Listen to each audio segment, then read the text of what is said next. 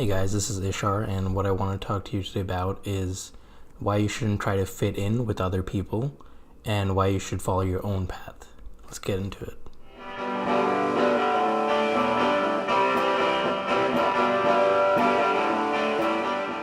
So, I think in life, a lot of times we make a lot of decisions trying to please others, and we start off innocently enough because we want to fit in with other people in life that we work with or go to school with.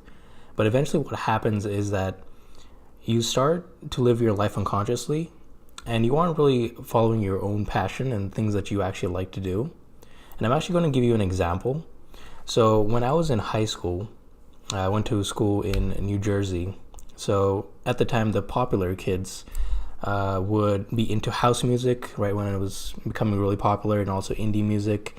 We'd have the preppy style and fashion, like wearing boat shoes and Oxford sweaters and things like that. So I really wanted to fit in with this crowd. So I remember getting rid of my rock t-shirts and buying Sperry topsiders and really trying to fit in with these people. And it actually worked, and I became friends with a lot of people in the group. But what happened was I would be getting invites to all the different parties, but no one really took the time to connect with me on a deeper level. So it was very superficial, like, hey, come to my party on Friday. But that's the way it went. And during lunch, they would make just small talk. And I think the reason why they kind of pushed me away a little bit was subconsciously they realized that this wasn't really my scene, and I had to force liking certain aspects of the lifestyle that they led. And then also in college, same thing went. I think my first year I went to a state school, and again there was a big frat kind of culture, and everyone listened to house music and went to raging parties. And I preferred rock music, and I like going to small house parties where you can kind of get to know each other. So again, I got to know everyone there, but I wouldn't get any more invites to like football games or people who kind of do things without me. And then flash forward a couple of years, when I had my first 9 to 5 job, the big thing to do was to go to popular nightclubs in the area, like dance clubs where it's super packed and you get pretty shit faced. And I wasn't really a big fan of dance clubs. I do prefer dive bars.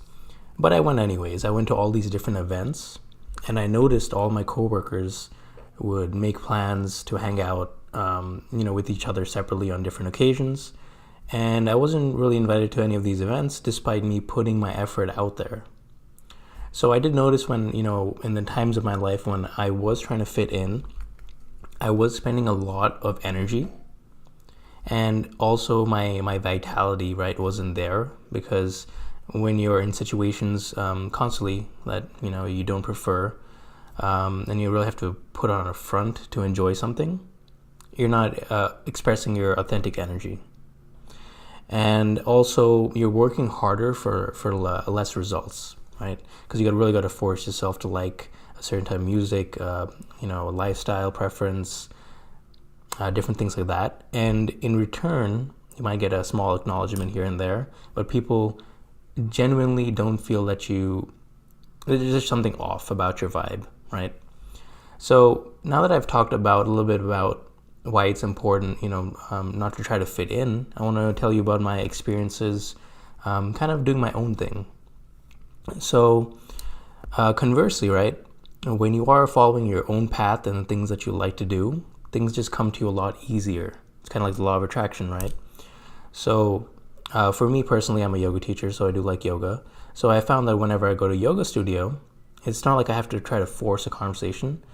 Someone will just come up to me and be like, hey, I really like how you did that pose. And conversation just flows naturally, and things progress at a faster rate, and things are light, and it's fun. So how do you break away from this pattern of trying to fit in? Well, the solution actually is to spend some time alone.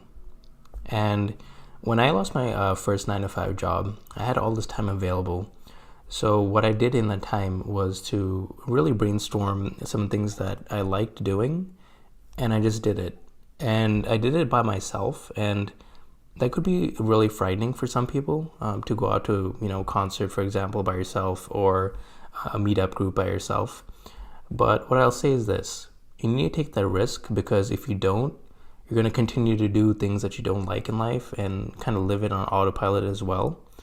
And what you'll also find is that when you go to these events and things that you actually like doing, you'll form friendships a lot easier. I remember I went to this rock bar by myself, and I was just like, oh shit, here I am. And actually within 15 minutes, this guy came up to me and was like, hey dude, like, nice tattoos, or nice whatever. And we just started talking, and I just made a friend off the bat. And then I also, in the same week, I saw a Facebook group of meetup of different hobbies that I liked, and I just went to them, and I just made new friends right off the bat just from putting myself out there. And what you'll also find is that people are more receptive to you, and it's because you're doing things that you like, so you don't have that mask on you. So people actually know that you like being there, and you provide more of an authentic energy out to people. So I hope this video helps, and if you have any questions about this video, you can leave a comment down below, and I'll answer you right away. Thanks.